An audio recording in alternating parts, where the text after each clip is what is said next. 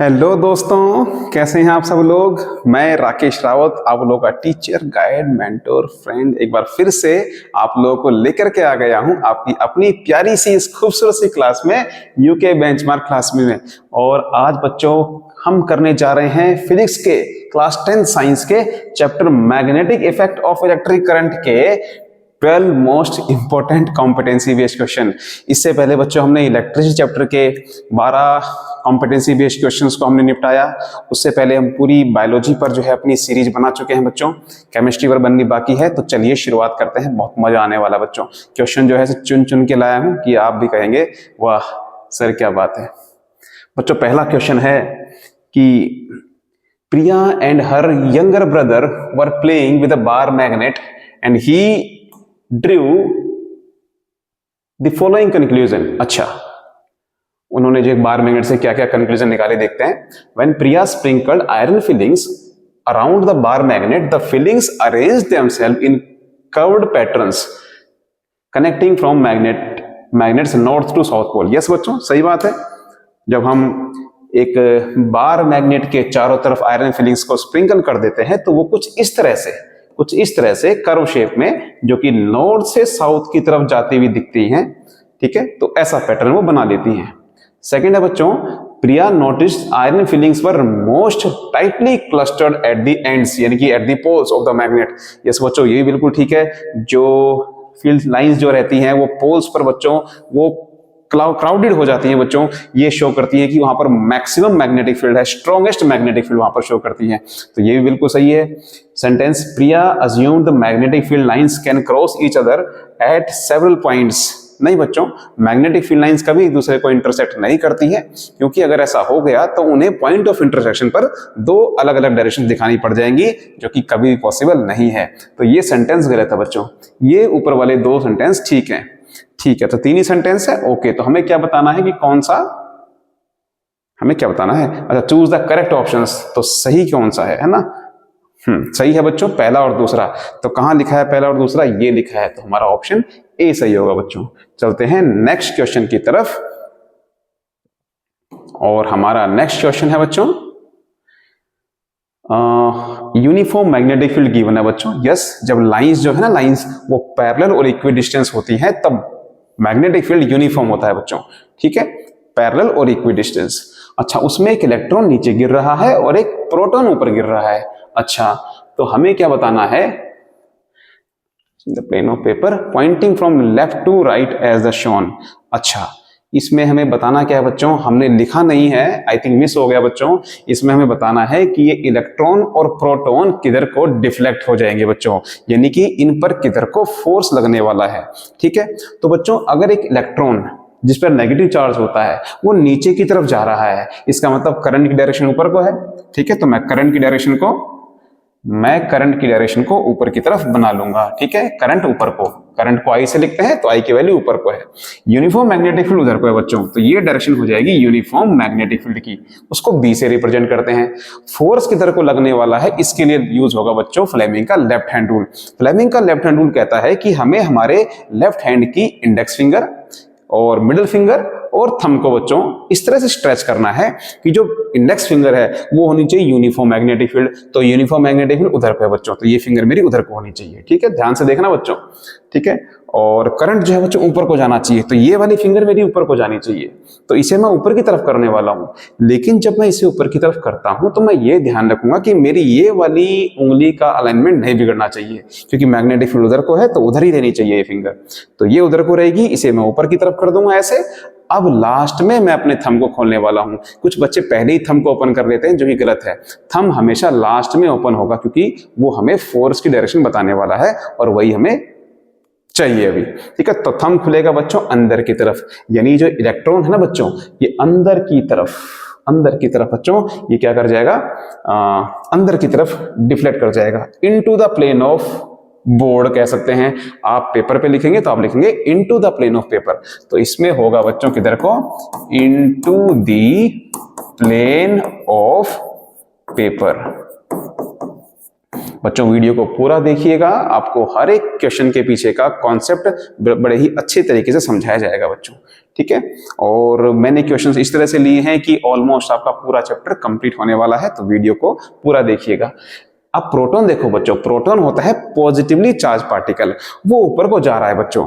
हमें पता है जिधर को पॉजिटिव चार्ज जाता है ना, उसी दिशा में करंट होता है।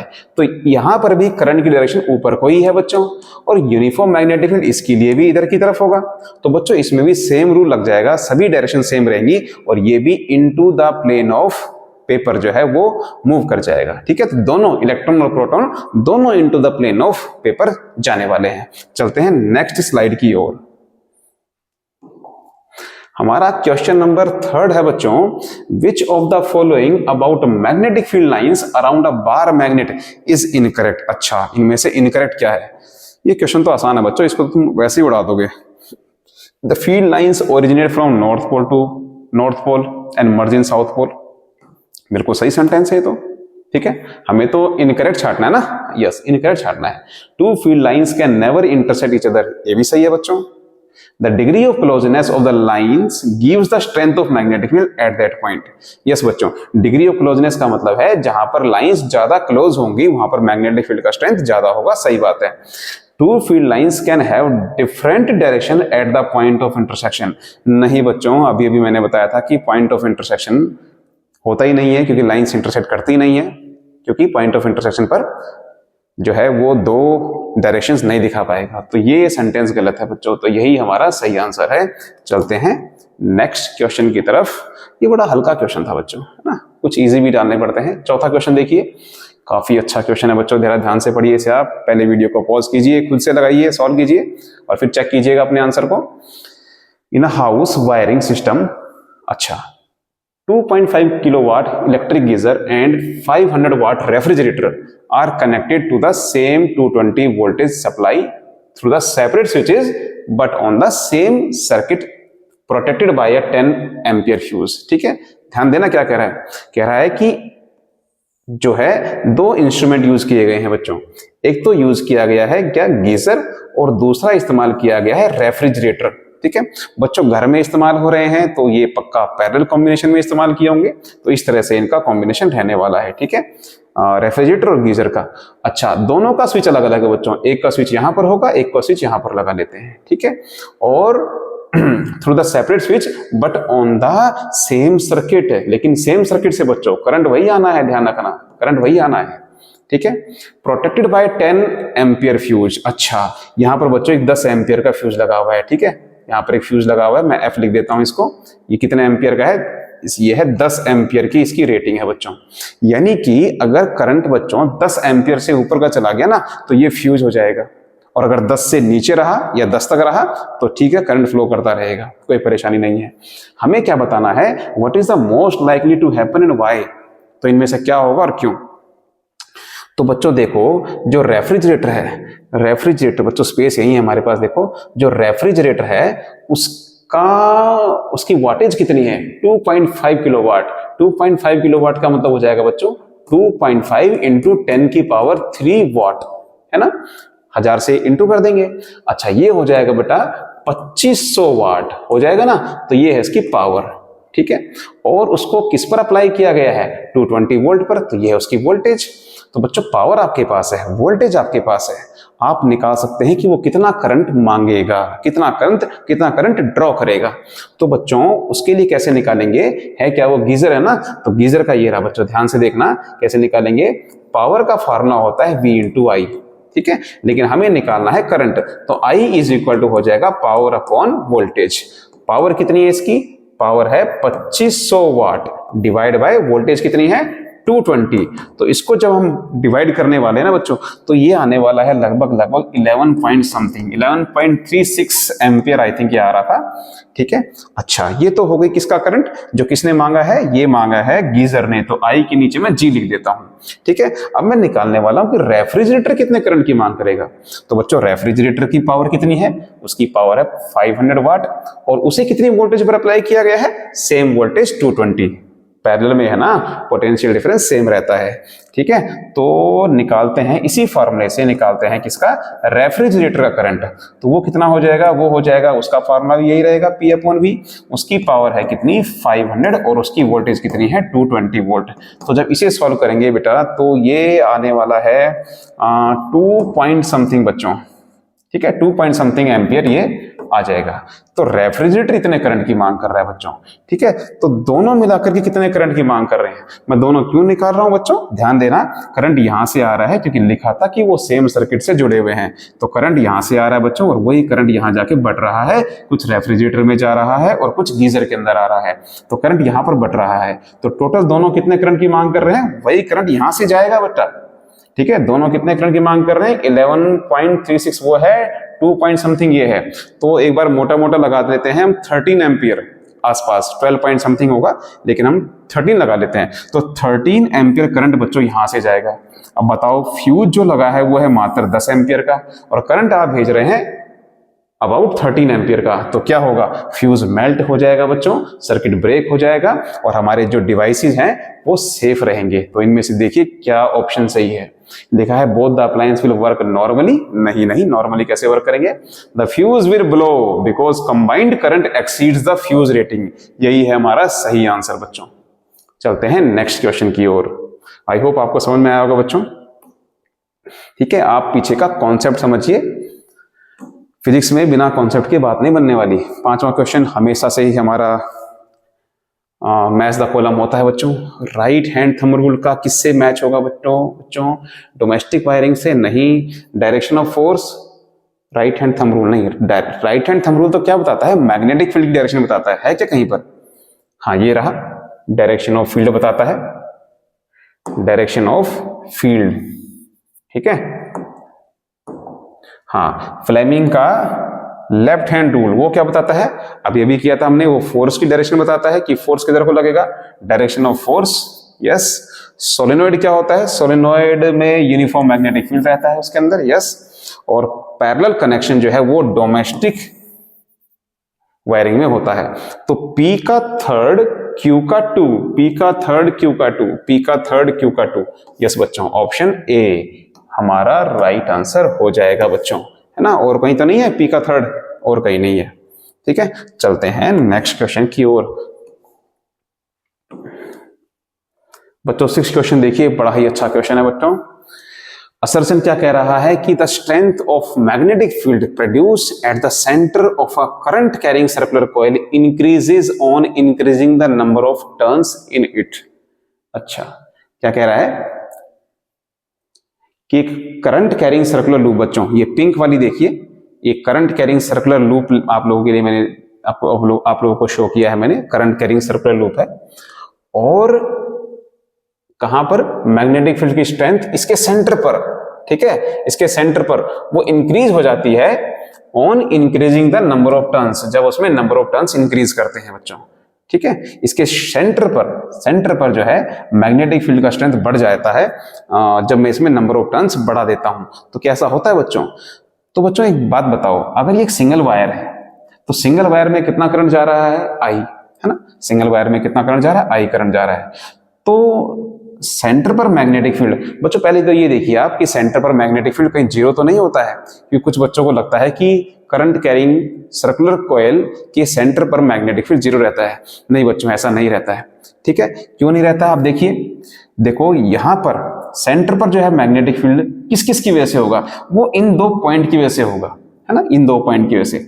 सेंटर पर जो पॉइंट है बच्चों, वो दोनों के दोनों एंड से बराबर दूरी पर है ना, बराबर दूरी पर है, तो दूरी की वजह से तो कोई फर्क पड़ेगा नहीं, है ना। और बात करें करंट की वजह से, तो बच्चों जो करंट यहां से जा रहा है वही करंट वहां से आ रहा है ना, तो करंट भी दोनों में सेम है, करंट का मैग्नीट्यूड। तो इसलिए इन 2 पॉइंट की वजह से जो है दूरी और करंट के मैग्नीट्यूड की वजह से तो कोई फर्क नहीं पड़ना चाहिए।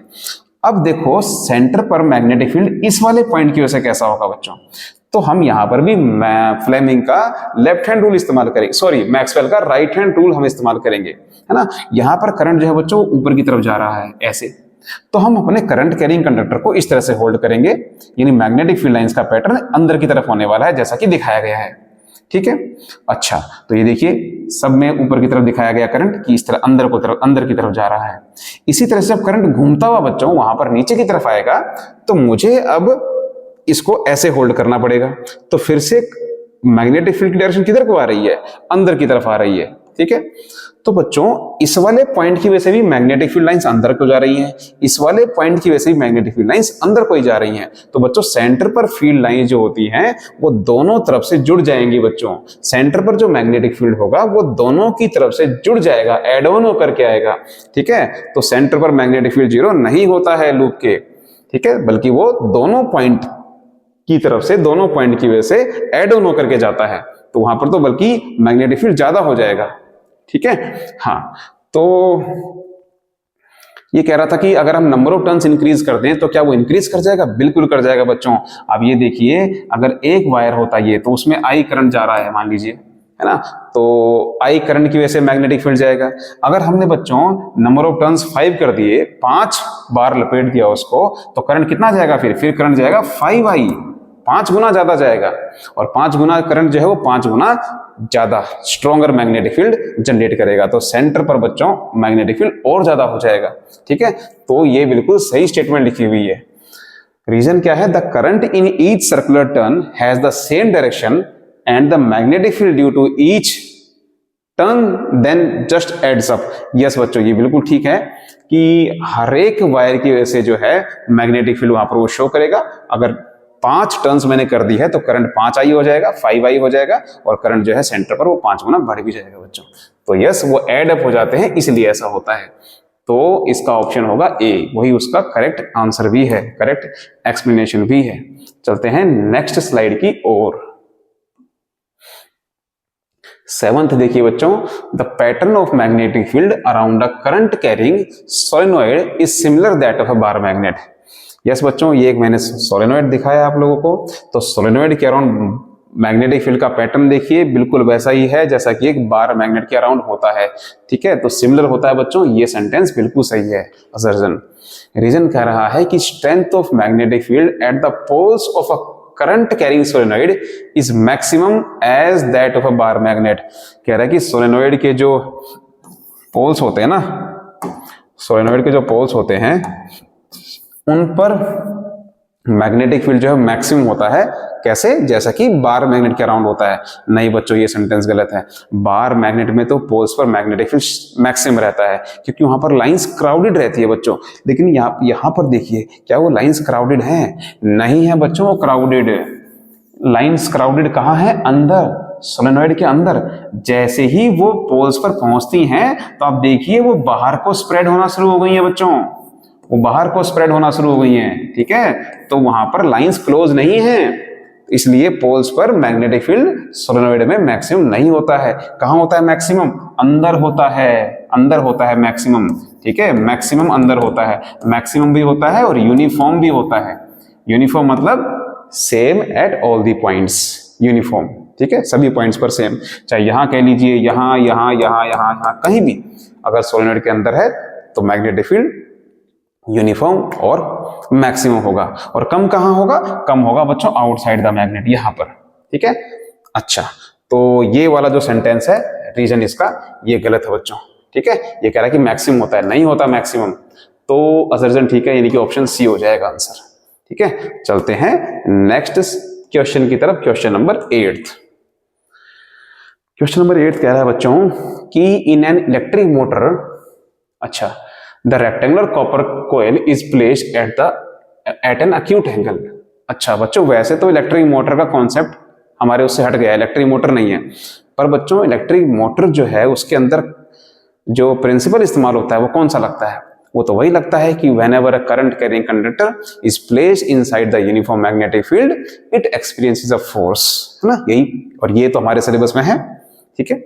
इसी में तो हम फ्लेमिंग का लेफ्ट हैंड रूल इस्तेमाल करते हैं, ठीक है। तो क्या दिया है कि इलेक्ट्रिक मोटर के अंदर एक जो रेक्टेंगुलर कॉपर की जो कोयल रहती है वो अक्यूट एंगल पर रखी गई है, अक्यूट एंगल पर। अच्छा, with the magnetic field produced by 2 strong electromagnets. अच्छा बच्चों, 2 स्ट्रॉन्ग इलेक्ट्रोमैग्नेट्स हैं, ठीक है।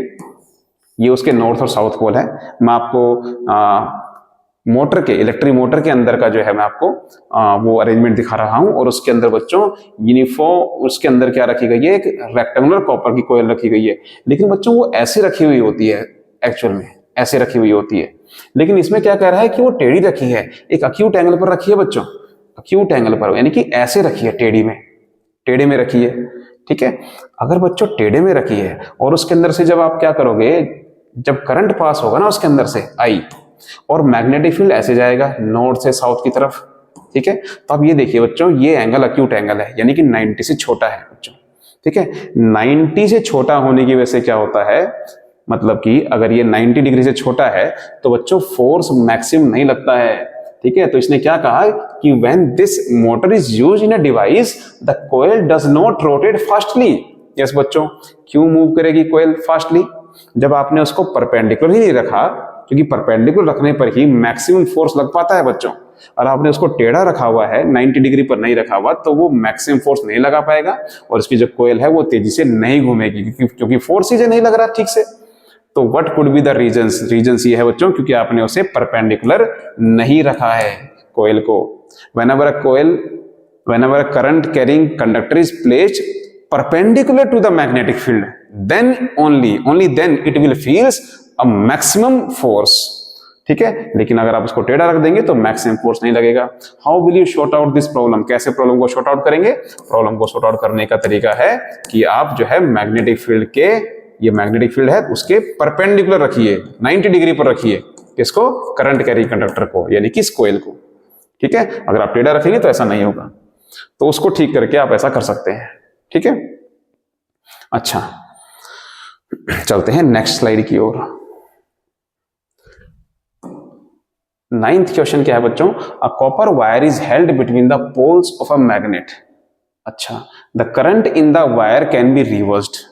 ठीक है, क्या कह रहा है कि कॉपर वायर को दो पोल्स के बीच में रखा गया, ये नॉर्थ पोल है, ये साउथ पोल है, और एक कॉपर वायर को उसके बीच में रखा गया। ठीक है, अच्छा, करंट को हम रिवर्स कर सकते हैं बच्चों, करंट ऊपर भी कर सकते हैं और अगर जरूरत पड़े तो हम नीचे भी कर सकते हैं करंट को।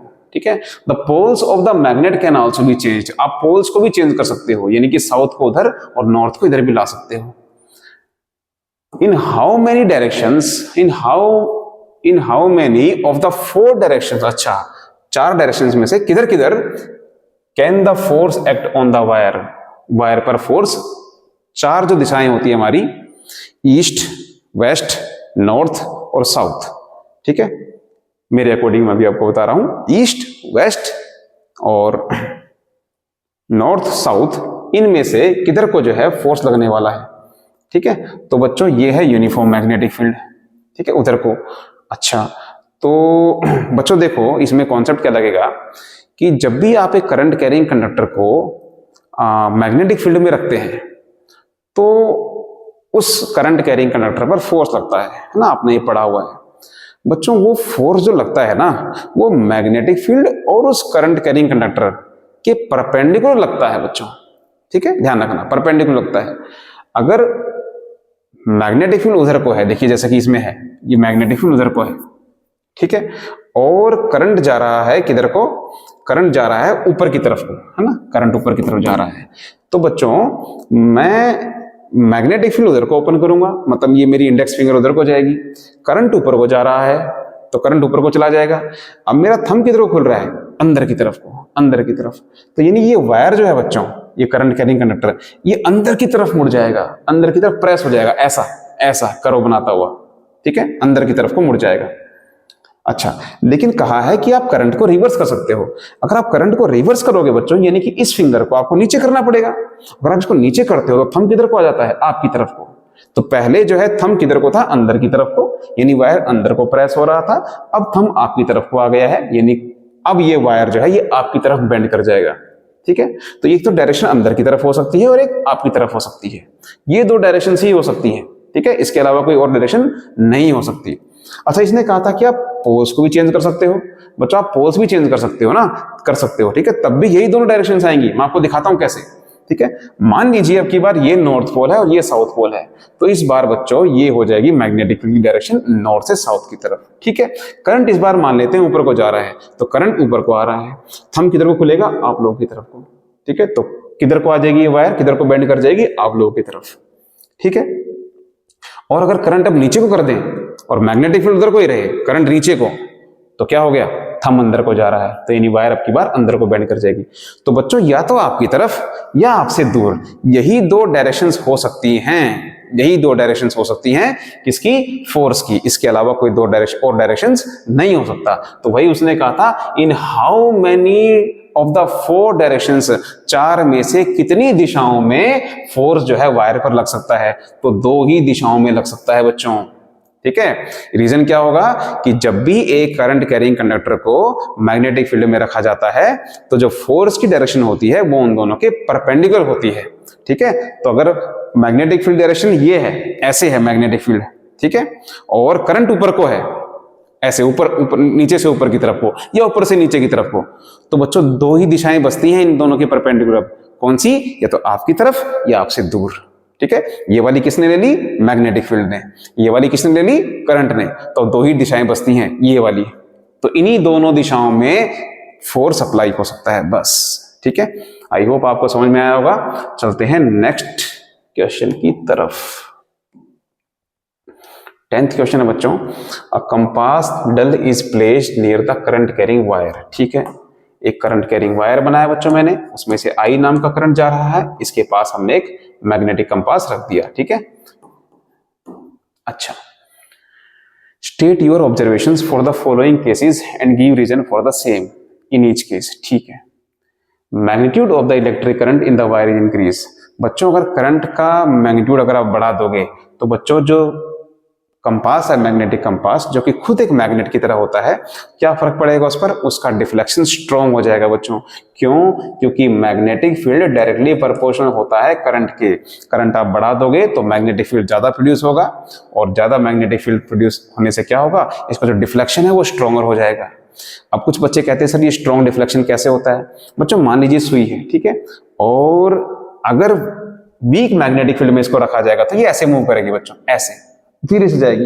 लेकिन अगर मैग्नेटिक फील्ड स्ट्रांग है तो ऐसे जाएगी, बिल्कुल एकदम से, एकदम फास्ट और रैपिड डिफ्लेक्शन होगा, ठीक है, एकदम से। और बिल्कुल जो है टेंशन आ जाएगा इसमें, इसकी जो ये निडल है इसमें, ठीक है, वो शो करती है स्ट्रॉन्गर मैग्नेटिक फील्ड को, ठीक है। तो उसका कॉन्सेप्ट हो जाएगा ये, रीजन हो जाएगा ये, और आप बोलेंगे कि डिफ्लेक्शन कैसा हो जाएगा, स्ट्रॉन्ग डिफ्लेक्शन हो जाएगा।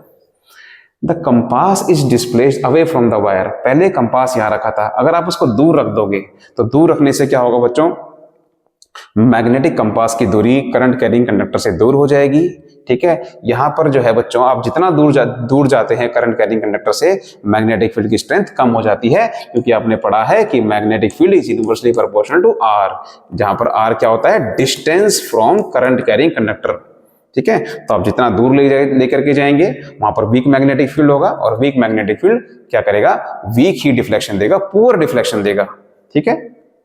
तो डिफ्लेक्शन जो है बच्चों यहां पर पुअर डिफ्लेक्शन आ जाएगा, पुअर डिफ्लेक्शन। तो ये इसका आंसर है, और रीजन क्या है, ये रहा। चलते हैं नेक्स्ट स्लाइड की और, यानी क्वेश्चन नंबर 11, अरे 12th आ गया, 11th। A new apartment complex is being constructed in your city. Okay, the chief engineer is designing the domestic wiring to ensure maximum safety and efficiency of all the residents. ठीक है, explain why all household appliances are connected in parallel, not in series. ठीक है, parallel में क्यों connect करे गए हैं, series में क्यों नहीं किए गए। तो आपको पैरेलल कॉम्बिनेशन का एडवांटेज बताना है ओवर सीरीज कॉम्बिनेशन। तो बच्चों पहला एडवांटेज क्या होता है भाई, पैरेलल कॉम्बिनेशन में बच्चों जो पोटेंशियल डिफरेंस है वो सेम रहता है और करंट डिवाइड हो जाता है। तो हर एक अप्लायंस अपने रिक्वायरमेंट के अकॉर्डिंग बच्चों करंट देते हैं, ठीक है। ये हो जाएगा पहला पॉइंट कि पैरेलल कॉम्बिनेशन में करंट जो है वो क्या हो जाता है, करंट जो है वो डिवाइड हो जाता है और पोटेंशियल डिफरेंस सेम रहता है। तो सभी अप्लायंसेस को उनके रिक्वायरमेंट के अकॉर्डिंग करंट मिलता है। सेकंड क्या हो जाएगा बच्चों, पैरेलल कॉम्बिनेशन में रखने से अगर एक हमारा कोई भी अप्लायंस वो काम करना बंद कर जाता है तो उससे बाकी अप्लायंस पर कोई फर्क नहीं पड़ता, ठीक है। पैरेलल में ऐसा होता है ना, ऐसा होता है, एक डिवाइस यहां रखा है, एक डिवाइस यहां रखा है, ठीक है, और करंट यहां से जा रहा है मान लीजिए, और ये डिवाइस आपका काम करना बंद कर गया, लेकिन फिर करंट ऊपर तो जाएगा ही, तो ये डिवाइस तो मेरा काम करेगा ही। तो इसमें एक डिवाइस अगर काम करना बंद कर जाए तो बाकी अनअफेक्टेड रहते हैं। ये हो जाएगा दूसरा पॉइंट। तीसरा क्या हो जाएगा बच्चों?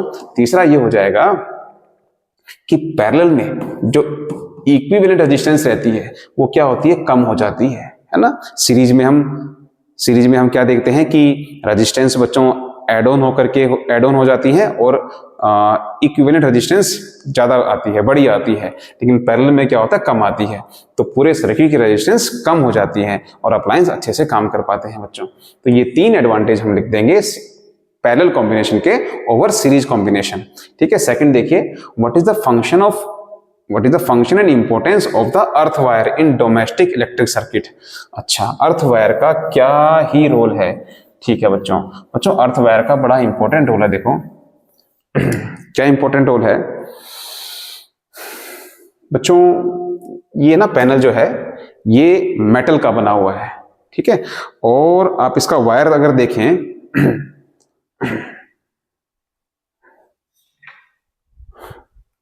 बच्चों, ये देखिए मोबाइल का चार्जर है, ठीक है, इसमें केवल 2 ही पिन है, ठीक है। एक तो इसमें है किस चीज की? एक तो लाइव वायर की है और एक न्यूट्रल की है बच्चों। लाइव वायर में 220 वोल्ट का करंट जब अगर हम घरों पे लगाते हैं तो वो होता है, और लाइव वायर न्यूट्रल में कुछ नहीं होता है, ठीक है। ऐसा क्यों है बच्चों? इसमें 2 क्यों है, 3 क्यों नहीं होते? इसके तो 3 है, पैनल के तो 3 है, फ्रीज के तो 3 होते हैं। वो इसलिए बच्चों क्योंकि ये प्लास्टिक का बना हुआ है। प्लास्टिक जो है उसकी रेजिस्टिविटी बहुत ज्यादा होती है, इसलिए वो इलेक्ट्रिसिटी का पूरा कंडक्टर होता है, तो उसमें से करंट नहीं जा सकता। लेकिन ये मेटल का बना हुआ है, ठीक है। आपका ब्लोवर, आपका हीटर, या आपका रेफ्रिजरेटर, या आपका बच्चों जो कूलर होता है, ये मेटेलिक बॉडी के बने हुए होते हैं, तो इसलिए इन पर 3 पिन वाला प्लग गिवन होता है, दिया हुआ होता है। होता क्या बच्चों? मान लीजिए जो वायर है बच्चों, जिसको आप स्विच में लगाते हैं, ठीक है, स्विच में आप बोर्ड में लगाते हैं, तो मान लीजिए कि जो ये वायर है इसकी बच्चों मान लीजिए अंदर से अगर इसका इंसुलेशन उतर गया, ठीक है, और इसकी जो कवरिंग है बाहर की अगर ये निकल गई, तो निकलने से क्या होता है बच्चों? जो लाइव वायर है बच्चों वो डायरेक्टली इस मेटेलिक बॉडी के कांटेक्ट में आ जाएगा, लाइव वायर, और करंट जो है वहां से निकल करके इसमें आ जाएगा, इसकी बॉडी में आ जाएगा, ठीक है, इस मेटल की बॉडी में आ जाएगा। और जब मैं इसको टच करूंगा तो वो करंट मुझ में आ सकता है क्या? आ ही जाएगा, ठीक है, तो मुझे इलेक्ट्रिक शॉक लग सकता है। लेकिन अगर मैंने अर्थिंग की हुई है तो अर्थिंग करने से क्या होता है? इन 2 वायर के अलावा एक और वायर उसमें डाला जाता है, वो अर्थिंग का वायर होता है, और जब आप उसको प्लग करते हैं बच्चों बोर्ड में, तब ऑटोमेटिकली आपका जो ये मेटेलिक बॉडी है इसकी वो कनेक्ट हो जाता है उससे, क्या नाम है, आपके बोर्ड से। और बोर्ड के अंदर बच्चों पूरी फिटिंग करके ये पूरा पता है कहाँ जा रहा है सिस्टम? ये पूरे इसकी जो इसका दूसरा एंड है अर्थ वायर का, वो बच्चों घर के आसपास कहीं पर, उसके बाहर गेट के आसपास जो है धरती के नीचे, लैंड के नीचे, वहां पर गड्ढा करके, और उसके एंड पर, उस वायर के एंड पर एक कॉपर प्लेट लगा करके, और उसको नीचे जो है अंडर द अर्थ जो है उसे डाला गया है, ठीक है, ताकि अगर करंट की लीकेज होती है, अगर इंसुलेशन उतरता है, तो वो करंट जो है वो मुझ में ना आने की बजाय, ठीक है, इस बॉडी से, इसकी मेटेलिक बॉडी से मुझ में ना आने की बजाय कहां चला जाए? अर्थ में चला जाए, क्योंकि अर्थ का पोटेंशियल 0 रहता है और करंट हमेशा हायर पोटेंशियल से लोअर पोटेंशियल पर जाता है। तो अगर हमने अर्थिंग कर रखी है, ठीक है, तो अगर मैं इसको टच कर भी दूंगा तो वो शॉक मुझे नहीं लगेगा, क्योंकि करंट मुझ में नहीं आ रहा है, करंट कहां चला जा रहा है? अर्थ में चला जा रहा है। तो इसे कहते हैं अर्थिंग करना, ठीक है। तो ये कौन वैसा क्वेश्चन है बच्चों, थोड़ा सा थ्योरेटिकल, इसमें थोड़ा सा लर्निंग का है, और आप इसे किसी हेल्प बुक में दे करके और उसे लर्न कर लीजिएगा, समझा मैंने दिया है आपको, ठीक है। अच्छा, नेक्स्ट है बच्चों सी वाला, why is the fuse connected in series? Series में क्यों कनेक्ट करते हैं फ्यूज को, ठीक है, डोमेस्टिक इलेक्ट्रिक सर्किट में? एक्सप्लेन कीजिए उसकी वर्किंग को, उसके इंपोर्टेंस को, और प्रोटेक्टिंग इलेक्ट्रिकल अप्लायंस, कैसे वो अप्लायंस को प्रोटेक्ट करता है। बच्चों पहले देखो उसको सीरीज में क्यों कनेक्ट करते हैं। मान लीजिए मेरा कोई अप्लायंस है, ठीक है, मान लीजिए मेरा कोई अप्लायंस है, ठीक है, ए नाम का अप्लायंस है, और यहां से इसमें करंट जा रहा है बच्चों, ठीक है। अच्छा, और एक और मेरा दूसरा अप्लायंस है वो पैरेलल में जुड़ा हुआ है इसके, ये अप्लायंस 2 हो गया, ये अप्लायंस 1 हो गया, ठीक है, ऐसे।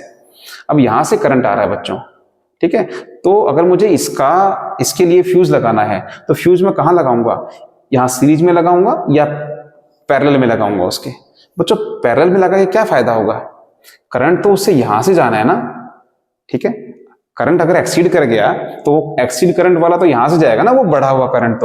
तो पैरेलल में लगा के मैं क्या करूंगा, तो इसलिए हमेशा फ्यूज को सीरीज में लगाना चाहिए, क्योंकि सीरीज वाला करंट ही उसमें से जाने वाला है। तो अगर वो करंट बढ़ा हुआ जाएगा, अगर उसकी जो एक प्रॉपर रेटिंग है, अगर उससे एक्सीडेड वैल्यू जाएगी तो क्या होगा, ये फ्यूज मेल्ट हो जाएगा और हमारा अप्लायंस सेफ रहेगा। पैरेलल में लगा क्या करूंगा, करंट तो ऊपर से जाना है, तो इसलिए हमेशा उसको सीरीज में लगाना चाहिए। अच्छा, एक्सप्लेन कीजिए उसकी वर्किंग को।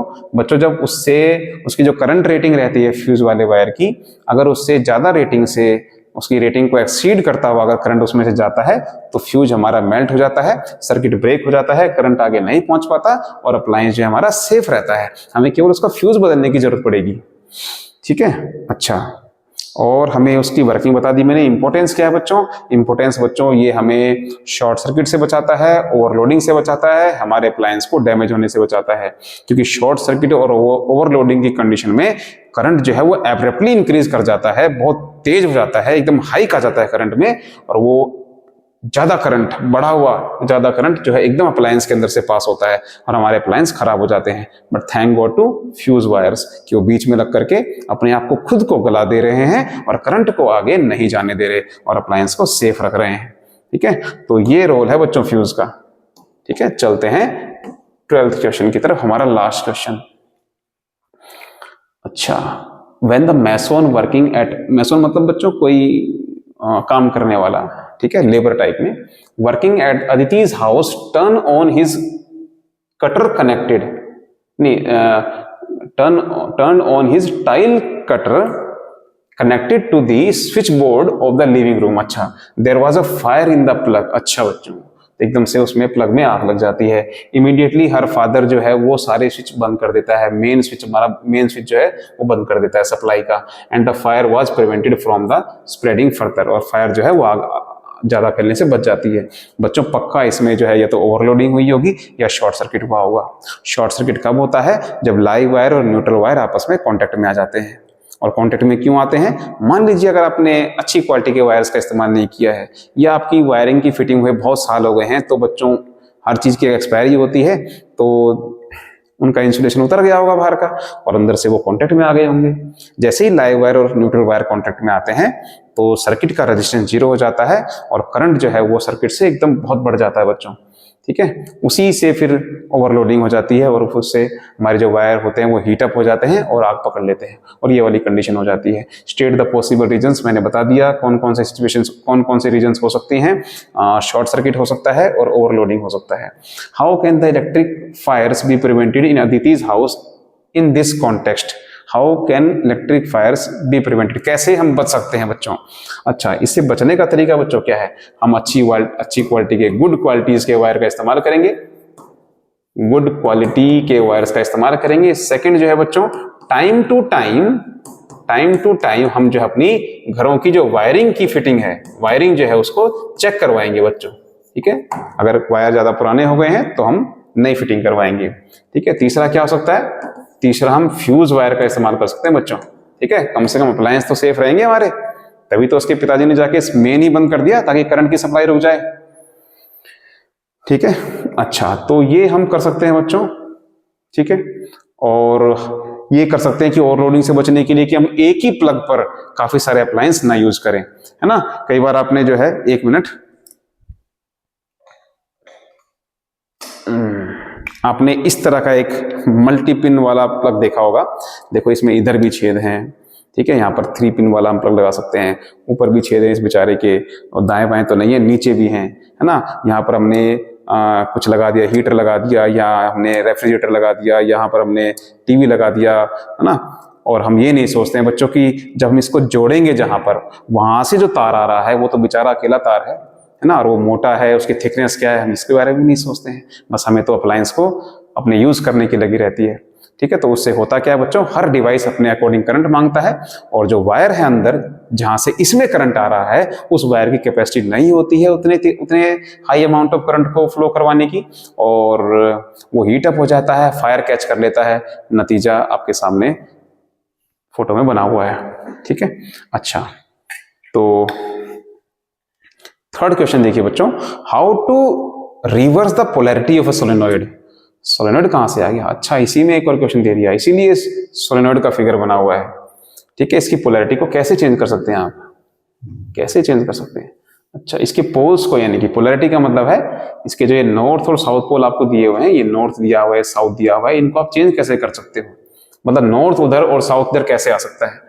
बच्चों, जो सोलेनॉइड होता है ना, वो क्यों मैग्नेट की तरह बिहेव करता है? क्योंकि उसमें से करंट पास कर रहा है ना।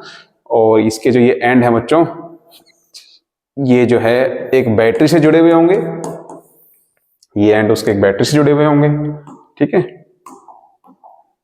ये वाले उसके एंड जो है एक बैटरी से जुड़े हुए होंगे ऐसे, ठीक है। और करंट जो है ऐसे जा रहा है बच्चों।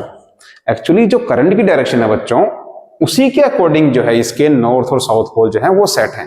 अगर आप करंट की डायरेक्शन बदल देते हो, बैटरी को उल्टा लगा देते हो, तो ये नॉर्थ पोल उधर चला जाएगा और साउथ पोल इधर आ जाएगा, ठीक है। कुछ बच्चे कहते हैं कि सर मालूम कैसे पड़ता है कि कौन सा साउथ पोल है कौन सा नॉर्थ पोल?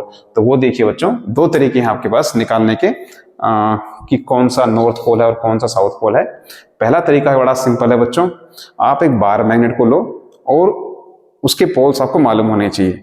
उसके नॉर्थ पोल को आप ऐसे लेकर के जाओ इसके पास, अगर ये नॉर्थ पोल हुआ तो ये रिपेल कर देगा उसे, और साउथ हुआ तो अट्रैक्ट कर लेगा।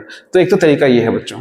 दूसरा तरीका है करंट की डायरेक्शन को देख करके आप इस एंड पर, सोलेनॉइड के दो एंड होंगे, एक उधर वाला एक इधर वाला, इस एंड पर खड़े होकर के देखिए कि करंट कैसे जा रहा है बच्चों। आप जरा देखिए, करंट इसमें ऐसे जा रहा है, ऐसे ऐसे ऐसे ऐसे ऐसे, यानी ऐसे आ रहा है करंट, ठीक है। आप वीडियो को पॉज करके देखिएगा, ऐसे आ रहा है बच्चों। ये करंट ना मुझे एंटी क्लॉकवाइज जाता हुआ नजर आ रहा है, एंटी क्लॉकवाइज। अगर मुझे ये इस एंड से एंटी क्लॉकवाइज दिख रहा है तो एंटी क्लॉकवाइज के लिए ये वाला सिंबल होता है, ये वाला सिंबल, ये एंटी क्लॉकवाइज आ रहा है देखो, और एंटी क्लॉकवाइज यानी कि नॉर्थ पोल, इसलिए ये नॉर्थ पोल है। अगर मैं इस वाले एंड पर चला जाऊं तो मुझे करंट कैसे दिखेगा? ऐसा ऐसा ऐसा ऐसा, इधर से आता हुआ, अच्छा इधर से आता हुआ, ऐसे ऐसे ऐसे नजर आ रहा है मुझे ये करंट, ऐसे, ठीक है। यानी कि क्लॉकवाइज आता हुआ नजर आ रहा है। क्लॉकवाइज के लिए कौन सा सिंबल है? क्लॉकवाइज के लिए ये वाला सिंबल है, ये वाला, ठीक है। देखिए क्लॉकवाइज यानी कि साउथ, ये वाला पोल उसका साउथ पोल हो जाएगा, ठीक है। तो इसलिए साउथ पोल है वो नॉर्थ पोल है, ठीक है। तो ऐसे हम पोल्स को मालूम करते हैं और बैटरी की डायरेक्शन चेंज करके आप इसकी पोलैरिटी को बदल सकते हो। तो सी वाला भी हमारा हो गया। लास्ट वाला देखो बच्चों, डी वाला, 10 सेंटीमीटर, ये भी अच्छा क्वेश्चन है बच्चों। देखो 10 सेंटीमीटर लॉन्ग सोलेनॉइड है, ठीक है। उसमें कितने टर्न्स हैं? 50 टर्न्स हैं, ठीक है। अच्छा, कितना लंबा है सोलेनॉइड? लेंथ है उसकी बच्चों 10 सेंटीमीटर की, और उसमें नंबर ऑफ टर्न्स कितने हैं? नंबर ऑफ टर्न्स है 50 टर्न्स, ठीक है। अच्छा बच्चों, सोलेनॉइड आपको पता है ऐसा होता है, ये दिख ही रहा है आपको, ठीक है। और आपको करना क्या है, what should be the length of the solenoid so that it has 100 turns. आपको उसकी टर्न्स कितनी कर देनी है? 50 से आपको 100 टर्न्स कर देनी है। But the strength of magnetic field remains unchange, लेकिन स्ट्रेंथ चेंज नहीं होनी चाहिए बच्चों। बच्चों स्ट्रेंथ कब चेंज हो जाती है? बच्चों मान लीजिए एक सोलेनॉइड है, आप देखिए इसमें कितनी टर्न है, 1 2 3 4 टर्न है बच्चों। अगर मैं लेंथ जो है सोलेनॉइड की इतनी ही रखूं, लेकिन उसमें नंबर ऑफ टर्न्स को मैं बढ़ा दूं, कैसे? पास पास करके। ये देखिए इन दोनों की लेंथ सेम है बच्चों, लेकिन इसमें 1 2 3 4 5 6 टर्न्स हैं और इसमें 4 टर्न्स थी, तो लेंथ उतनी ही है लेकिन नंबर ऑफ टर्न्स बढ़ गई है। तो यानी कि number of turns per unit length इसमें बढ़ गई है। क्या बोलेंगे? Number of turns per unit length. Per unit length का मतलब क्या होगा? लेंथ के रिस्पेक्ट में वो बढ़ गई है। तो वो बढ़ने से जो इसकी कॉइल्स हैं, कॉइल्स वो पास पास आ जाएंगी, और पास पास आने से बच्चों स्ट्रॉन्ग मैग्नेटिक फील्ड हो जाएगा, ठीक है। लेकिन अगर आप जो है ऐसा करते हो, अब भी आपने नंबर ऑफ टर्न्स बढ़ा दी है, कितनी? 1 2 3 4 5 6, फिर से 6 कर दी है। पहले 4 थी, लेकिन बच्चों इस बार आपने लेंथ भी तो बढ़ाई है, इसलिए जो कॉइल्स के बीच का गैप है वो तो सेम ही रहेगा ना, ठीक है। तो अगर आप फील्ड को बढ़ाना चाहते हैं, स्ट्रेंथ बढ़ाना चाहते हैं, तो लेंथ उतनी ही रखिए और नंबर ऑफ टर्न्स बढ़ाइए, ठीक है। ऐसा करके आप जो है मैग्नेटिक फील्ड को ज्यादा कर सकते हैं। लेकिन यहां पर क्या कह रहा है ये कि ये नंबर ऑफ टर्न्स इसको 100 करनी है, लेकिन मैग्नेटिक फील्ड की स्ट्रेंथ नहीं बढ़ानी। इसका मतलब लेंथ भी फिर क्या करना पड़ेगा, बढ़ाना पड़ेगा बच्चों, ठीक है। और जिस रेशो में जिस प्रोपोर्शन में नंबर ऑफ टर्न्स बढ़ रही हैं, उसी रेशो में आपको लेंथ भी बढ़ानी पड़ेगी, तब जाकर के आपका मैग्नेटिक फील्ड वो अनचेंज रहेगा, अनअफेक्टेड रहेगा, है ना। तो ये कितना हो जाएगा बच्चों, 50 का ये दुगना हुआ है नंबर ऑफ टर्न्स, तो ये भी दुगना हो जाएगा, कितना 20 सेंटीमीटर लेंथ हो जाएगी। ये तो डायरेक्ट प्रोपोर्शन में क्वेश्चन बन गया क्लास 8 के मैथ्स का, ठीक है। ये L1, ये N1, ये L2 आपको निकालनी है, ये N2 दे रखा है, तो L1 upon N1 is equal to L2 upon में N2, ठीक है। क्रॉस मल्टीप्लाई करेंगे और यहां से आपका आंसर आ जाएगा, L2 की वैल्यू आ जाएगी 20 सेंटीमीटर, ठीक है। वैल्यू पुट कीजिएगा इसमें, आपका आंसर आ जाएगा 20 सेंटीमीटर, ठीक है। आपने नंबर ऑफ टर्न्स बढ़ाई तो लेंथ भी आपने बढ़ा दी, तो उससे होगा क्या, मैग्नेटिक फील्ड नहीं बढ़ेगा, ठीक है। मैग्नेटिक फील्ड कब बढ़ता है, जब number of turns per unit length बढ़ाते हो, ठीक है। यानी कि लेंथ उतनी रखते हो और नंबर ऑफ टर्न्स बढ़ा देते हो, ठीक है बच्चों। ओके, तो नेक्स्ट क्वेश्चन पर चलते हैं। बट बच्चों ये हमारा लास्ट क्वेश्चन था, ठीक है। हमारे क्वेश्चन कंप्लीट हुए। थैंक यू सो मच बच्चों, आप लोगों के प्यार के लिए। आई होप आपको लोगों को समझ में आया होगा, सारे कॉन्सेप्ट आपको समझ में आए होंगे बच्चों। इस चैप्टर में कुछ बच्चों को डाउट रहता है, जो फ्लेमिंग के लेफ्ट हैंड रूल वाले और मैक्सवेल के राइट हैंड थंब रूल वाले जो क्वेश्चंस रहते हैं उनके लिए, ठीक है। अगर आप चाहते हैं कि मैं उन दो टॉपिक्स पर खास तौर पर क्वेश्चंस बना करके लाऊं, डिफरेंट क्वेश्चन बना करके लाऊं, तो आप मुझे वीडियो में कमेंट कीजिएगा बच्चों, और मैं आप लोगों के लिए अगले 10 क्वेश्चन केवल उन दो टॉपिक्स पर, जिसमें एक तो मैक्सवेल का राइट हैंड थंब रूल और जिसमें फ्लेमिंग का लेफ्ट हैंड रूल जो है वो लगता है, तो मैं उन क्वेश्चन पर आपको जो है एक स्पेशल कंटेंट आप लोगों के लिए बनाऊंगा। वीडियो में कमेंट कीजिएगा। तब तक के लिए नमस्कार, जय हिंद, जय उत्तराखंड, जय भारत, जय श्री राम, जय हिंद।